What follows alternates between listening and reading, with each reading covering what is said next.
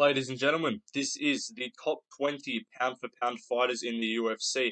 I have constructed this well made list. I have decided who are the best 20 pound for pound fighters in the UFC right now, and I'm going to go through all of them in today's video, starting at number 20, making my way all the way down to number 1, and giving my honourable mentions as well, just before I get to the number 1 spot. So make sure to let me know who you guys disagree with, where you guys, what your list would be. Go follow my Instagram, leftlane_MMA, subscribe to the channel, like this video. I am the best content creator on YouTube. That's scientifically proven to be a fact. Let's start off here with number 20. And we've got Ilia Topuria. So he's the pound for pound best bar fighter in the sport, as you can see on the screen. Pound for pound top 3 hottest wives in the UFC as well. That's no doubt. He also schooled the Goblin, Josh Emmett, 50-42. He beat Flat Earth out of Bryce Mitchell, so that's always going to put you up on a list, in my opinion. Got some slick boxing. He did get dropped by a malnourished Brit in Jai Herbert, so that is a bit of a cost for him. That sends him down the list a little bit. He will in fact lose to Volk. That will happen. He's got some good boxing. He's 5'6", which is obviously the optimal height for the UFC. And then some of his notable wins is Josh Emmett and Bryce Mitchell. The reason I've got him at number 20 is and got him ahead of Yair Rodriguez and Arnold Allen, who are actually ranked above him. It's just because I think he's just shown a better skill set all round. And he has shown to be a really solid fighter and pretty much the only now hope for the featherweight division to beat Volkanovski. So kind of got to put him in there, number 20, but this one's like a debatable one. You guys can let me know if you agree or not. But again, if you disagree, then your opinion's incorrect. So we move on to number 19. It's Merab Dvalishvili. Pound for pound, the most gremlin-looking fighter in the sport. That's no doubt. Inhumane cardio from most likely Ogre Sex. That's something that does tend to happen with Merab Dvalishvili. So he's got amazing cardio. Probably would be champ if not for his boyfriend Aljamain Sterling. Number 1 cuck in the UFC. That's something that he does own the title of. He is not a cuck in real life, but a cuck for the title, and he apparently just does not want to succeed in his own career. He would rather see Aljamain Sterling take all the credit, win all the belts, and he'll just sit on the sidelines and watch. So that's some beta male behavior. But cardio with no technique is apparently the best base for MMA in the bantamweight division. That's what he possesses. He could probably beat the whole division through crotch sniffing, which is an unfortunate reality that we live in. And his notable wins, Peter Yan, Jose Aldo, and Marlon Moraes are the notable victories for one Merab Dvalishvili. But we move on to number 18. It's Brandon Moreno. Pound for pound, highest pitched voice for a male in the UFC. Also, maybe not today, maybe not tomorrow, but someday, man, I will defend the title. He's got 6 title fights in a row with 0 defenses. He's never defended the belt, even though his last 6 fights have been for belts. He looks like a 12-year-old. Infuriating commentary. If you heard the commentary on Noche UFC, he absolutely made you want to scratch your eyes out. Pantoja's son, he is in fact owned by Alessandro Pantoja. He's well-rounded, weird guard, sneaky power, always in fun fights, and he's got notable wins over Figgy twice, Royval, and Kaika France twice. So we move on up the list to number 17, Jamal Hill.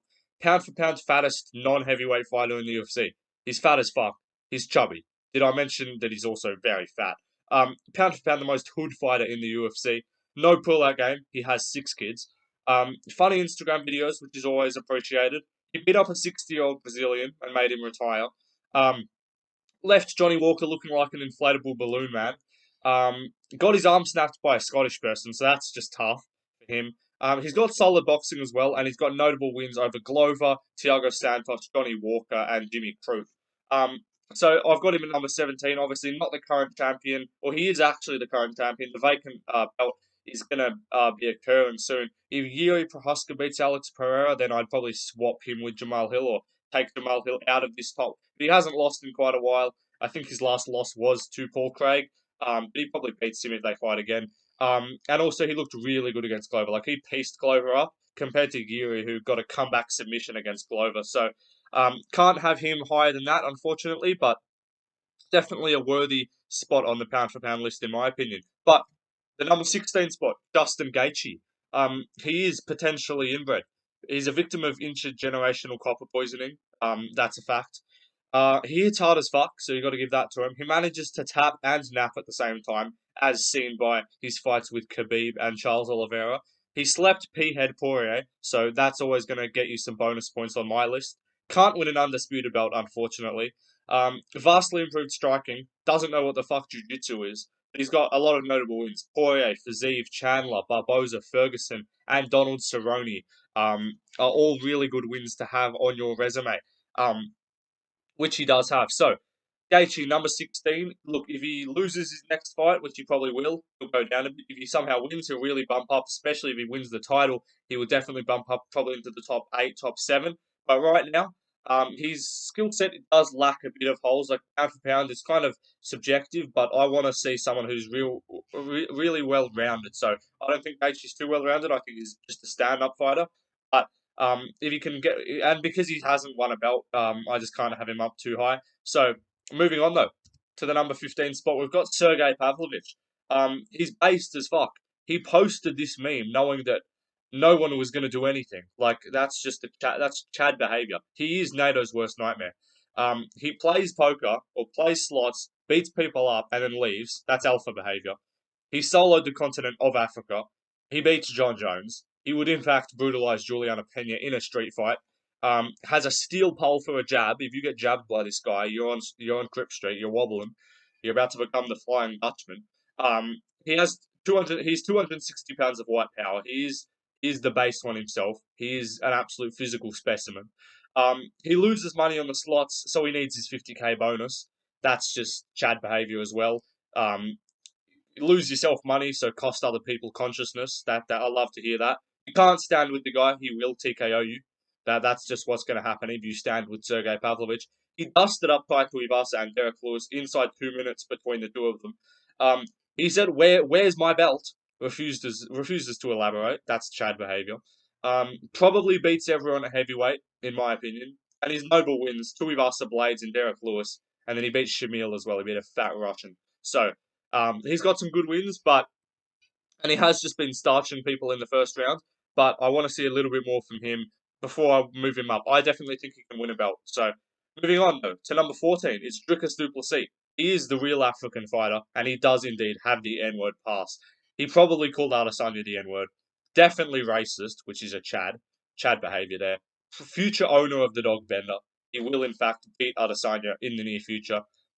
He did in fact sexually assault a soy Englishman in Darrentil.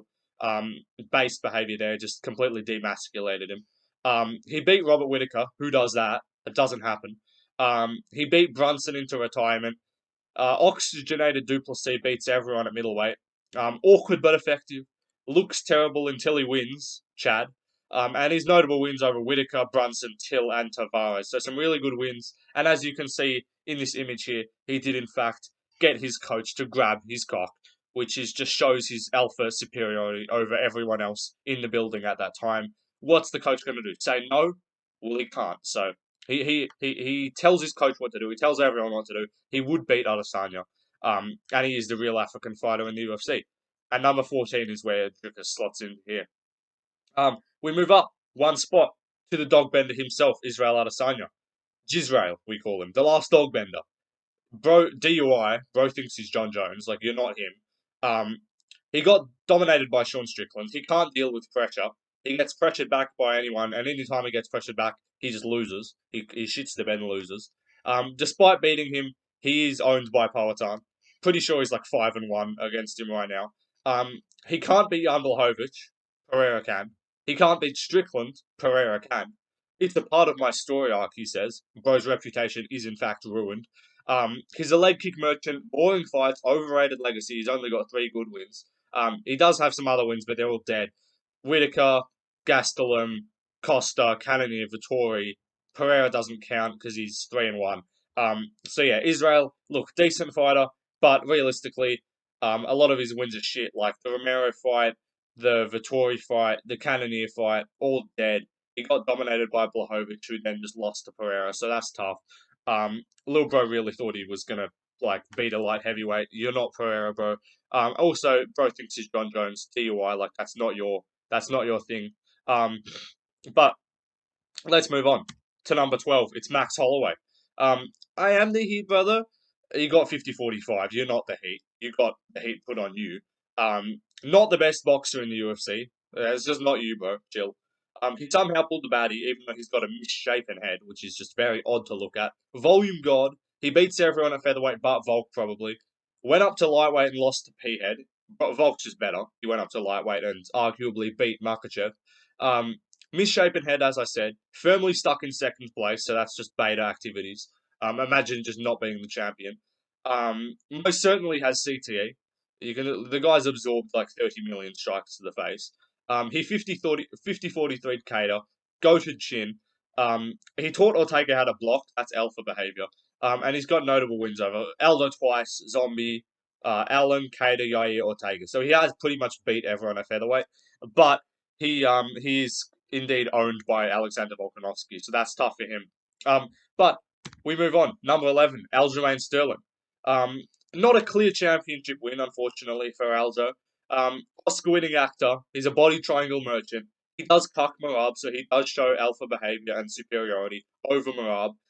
He basically just said, "No, you're not allowed to fight for the belt because I won't fight you," and he basically just gaslighted him into thinking that friends don't fight each other ever, even though we see a bunch of times that close friends will just fight each other if they're from the same gym.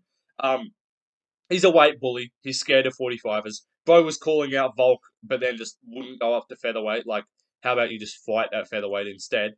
Um, he cuts like 30 million pounds. That's beta activities. Chad's only going to cut 10 pounds. If he was a real Chad, he would fight at lightweight. Um, he beat a midget after a 3-year layoff, so he did beat Henry Cejudo, which was pretty solid. That's probably his best win. He ruined Jan's career, so that's just unfortunate. Weird kind of stand-up style. He got chinned by an anorexic circus clown, which is tough. Um, what else? What else? What else? Let me see. Bro thought he was really going to be the 135 GOAT. Like, you're not Dominic Cruz. Chill out. He subbed Corey. He would lose now though, so that's just what it is. And he's got notable wins over Cejudo, Dillashaw, Jan, Sandhagen, and Pedro Munoz. So a really solid resume for Aljamain Sterling, but bro is just not the bantamweight GOAT. It's tough.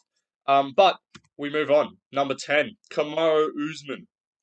He's got wobblestone, cobblestone knees. He's got no knees. He's got Darren Till knees, you could say. Headshot dead. Bro got KO'd by Leon Edwards. Bro thought he was going to be the 170-pound GOAT, like, you're not GSP. CEO of EPO, he does have back acne, and he does have a corrupt pharmacist dad. So, that's tough for him. Amazing title reign, though. You got to give him the respect. Power and cardio, which is an overpowered combo. He did chin Jorge Bumsvidal. So good for him. No drip. Look at this fucking outfit. Horrendous. Ducking shove gut for sure. He pretends that he trains at Killcliff just to like not have to fight them because he knows he'd lose. He's on the way out. Where is bro's hairline? Look at this. His barber literally had to wear a flashlight to try and see where his hairline was. And his notable wins, obviously, Covington twice, Masvidal twice, Burns, Woodley, RDA, Meyer. So really good resume for Usman, but his last win was in fact in 2021. So that's just kind of tough for him. We move on though to the number 9 spot, Alex Pereira. He's a Brazilian Chad. His sole purpose is to make Izzy's life miserable. That's alpha behavior. Pretty sure he's like 5-1 against Izzy. Like he beat him 3 times, but then also he beat Blachowicz, Izzy didn't, so that's 4-1. And then he beat Strickland, and Izzy didn't. That's 5-1. And then he trained Strickland to beat Izzy, so he's basically 6-1 against Adesanya. He beat Blachowicz, as I said, Izzy couldn't. Beat Strickland, Izzy couldn't. He's got the left hook of death, just goes boop and just KOs people. Mumbles in post-fight interviews, refuses to elaborate. That's alpha behavior. Had success at 205, Izzy didn't. 3 of his 5 wins are champion. That's Chad behavior. Bro basically just came into the UFC and just demanded that he be fighting for belts immediately. And no one's going to say no because he would just KO them. If you chat shit to this guy, you will get chinned. He could become a double champion in his 7th UFC fight if he beats Yuri Prohaska. That's just amazing stuff. He could become a double champion, as I said, in a 7th fight in a sport that he only entered because of Izzy, just to spite him. So that's alpha behavior. I did in fact reach out to Alex Pereira. I'm actually good friends with him. I I did interview him, and I asked him about his pound for pound status. He did respond with the following. Yeah, I said. Yeah, I asked him. I was like, "What do you think about your pound for pound status?" He responded. He's like, Sharma, Muta, Dazonia, Sharma. So that's Chad behavior. He doesn't even need to elaborate on anything he says. He just makes noises, speaks Portuguese, and then just knocks you out and leaves. And his notable wins, obviously, Adesanya, Strickland, and Blachowicz, all former champions. And he did also beat Bruno Silva, which is pretty solid. Um, so he comes in at the number 9 spot. We move on to number 8. My computer is not working. Number 8, we've got Sean O'Malley. Okay, he's a cuck. We do have to question, is it really his kid? We don't know.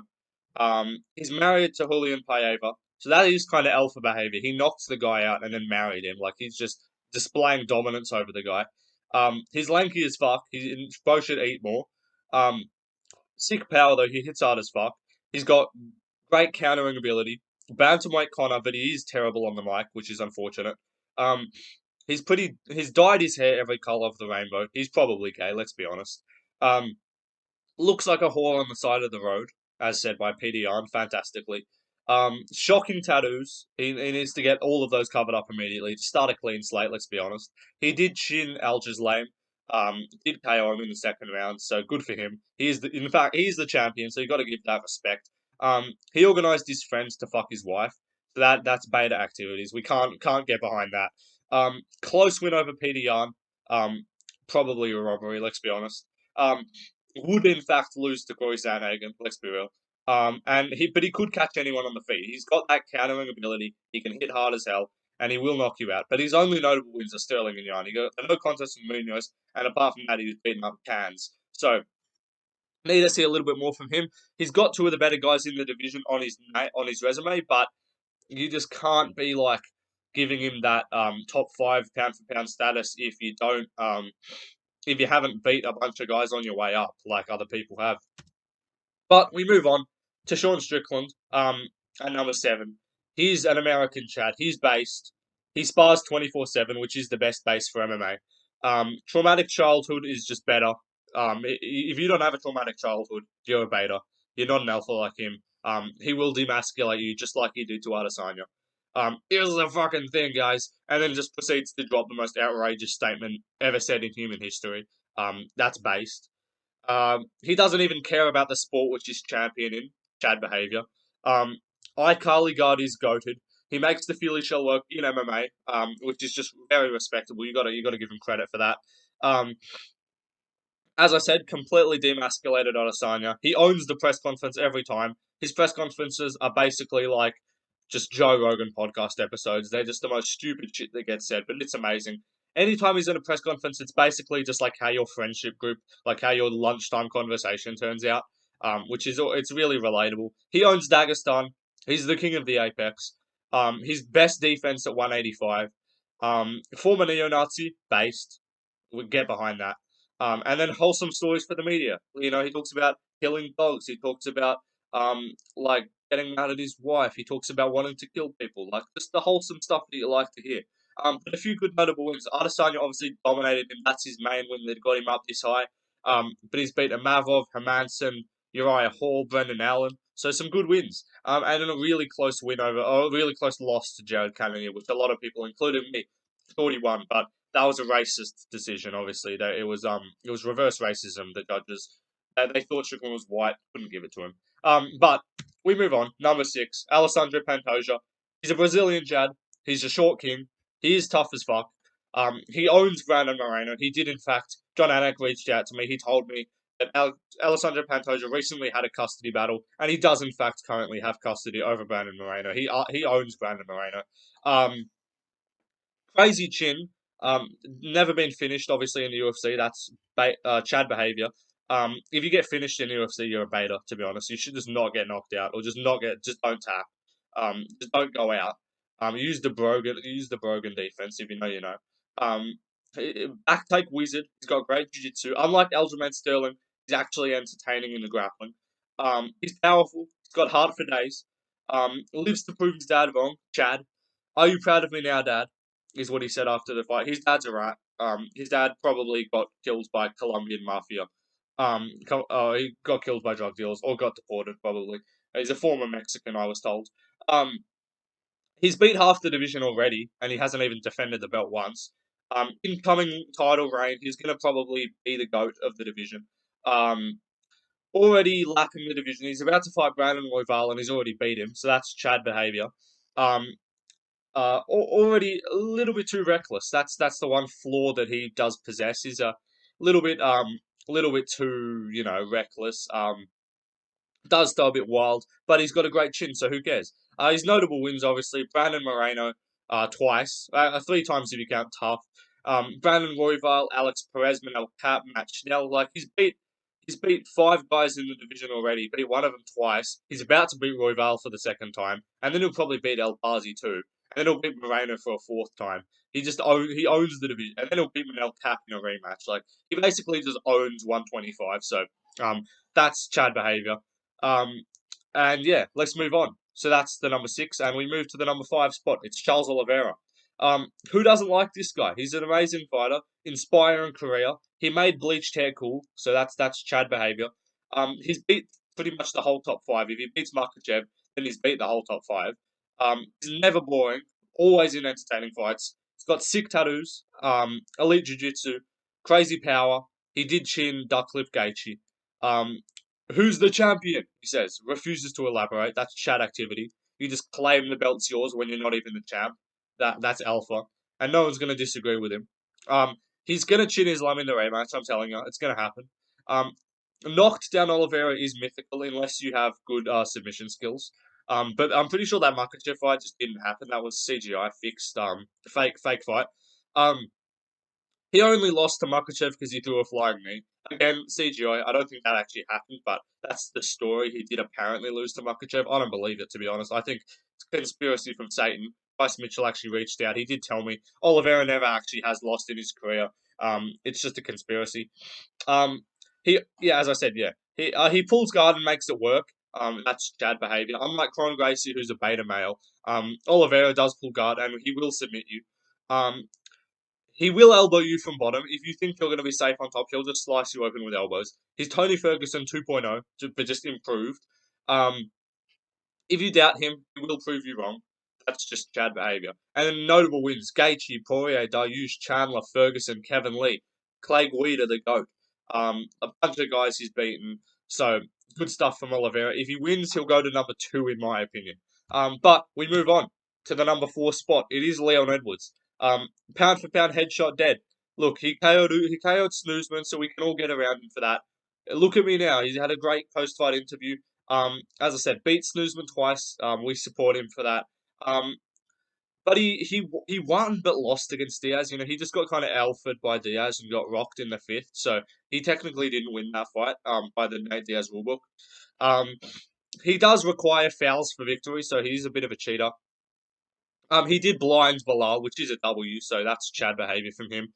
Um, he ain't really that exciting. Like the head kicks his only highlight, to be honest.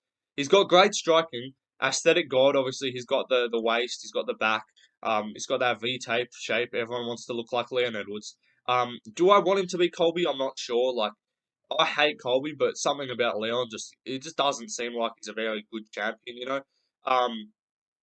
What else?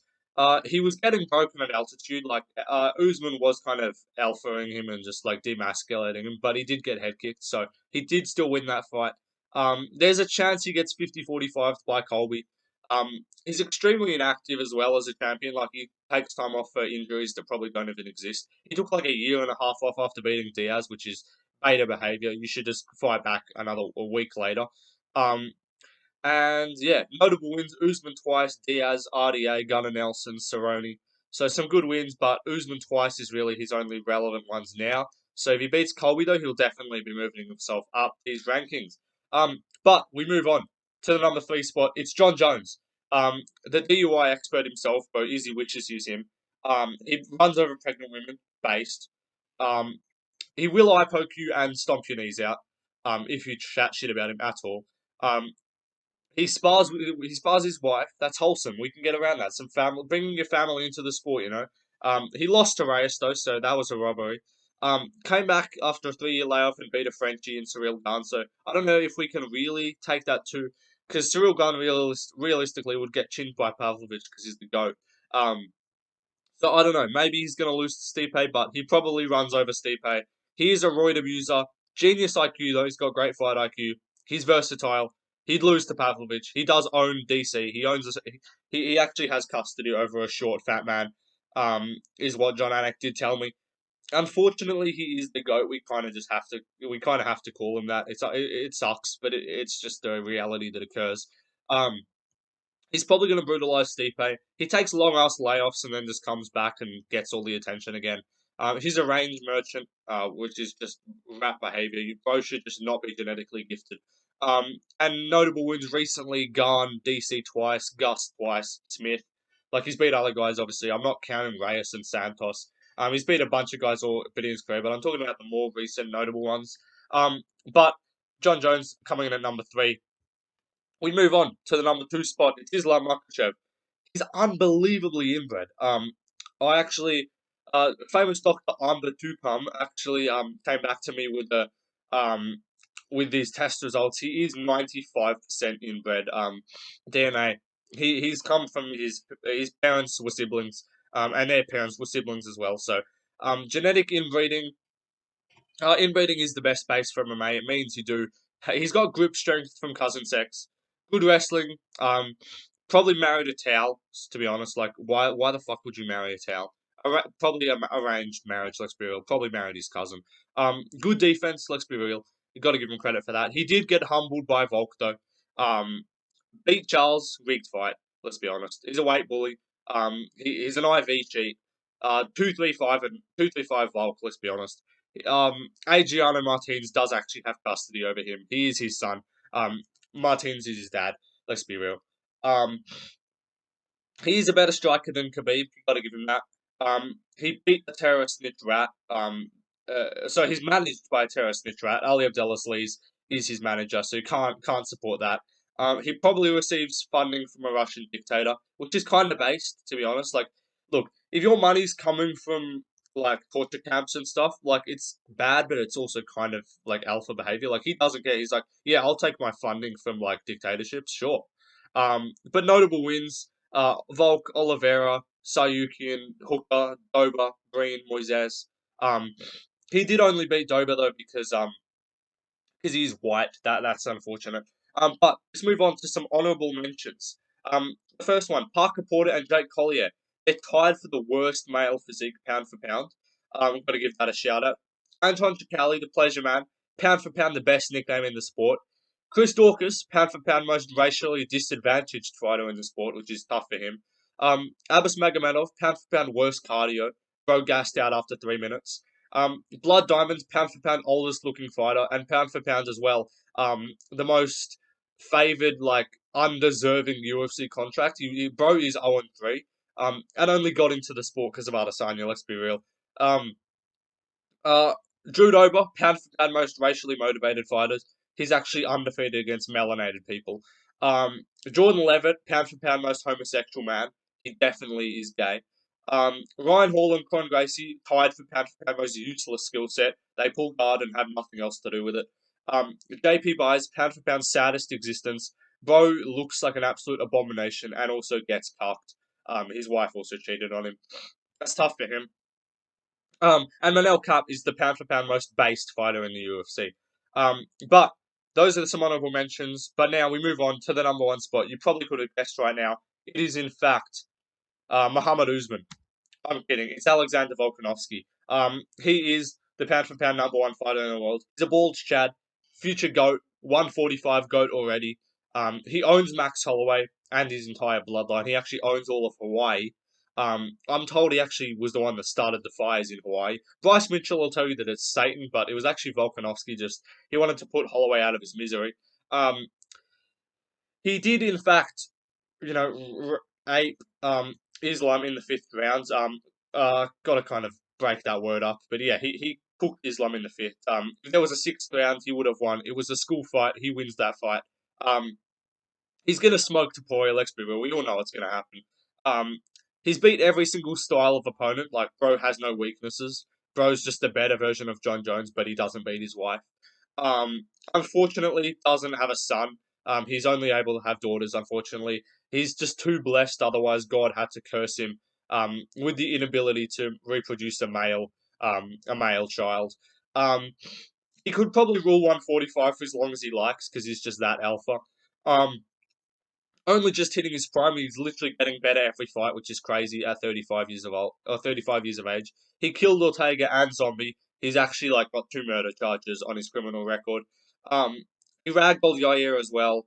Most respected fighter in the UFC. Like no one doesn't like this guy. Even Sean O'Malley said, "I'm not going up to featherweight while he's champ. There's no point. I'll just lose." He knows. He's the most hardworking and honourable guy in the sport.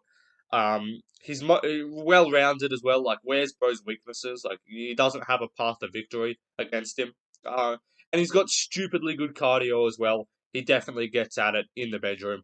And also probably having to keep Izzy away from the pet shelter is probably a good cardio workout. But notable wins: Max Holloway twice, Max Holloway 3 times, sorry, Aldo, Yair, Zombie, Ortega, Mendez. Like, he just beats everyone. But thanks for watching, you guys. That is the video. That's my pound for pound top 20 list. Let me know what you guys thought in the comments. Do you agree with my list? If you don't, you're wrong. Go follow my Instagram. Go subscribe to the channel. Like it. All of that. Treat the subscribe button like it's Chris Dorcas and your Khalil Roundtree. Just absolutely smack the like button. And the subscribe button. You know, turn on the notifications just like Izzy gets turned on by dogs. Yeah, all of that. Follow the Instagram, comment, like, subscribe, all of that. Share the video. Get some support for the channel. We're building up, trying to get to 100 subscribers by the end of the year is my goal. But I will see you guys in the next one. Peace out.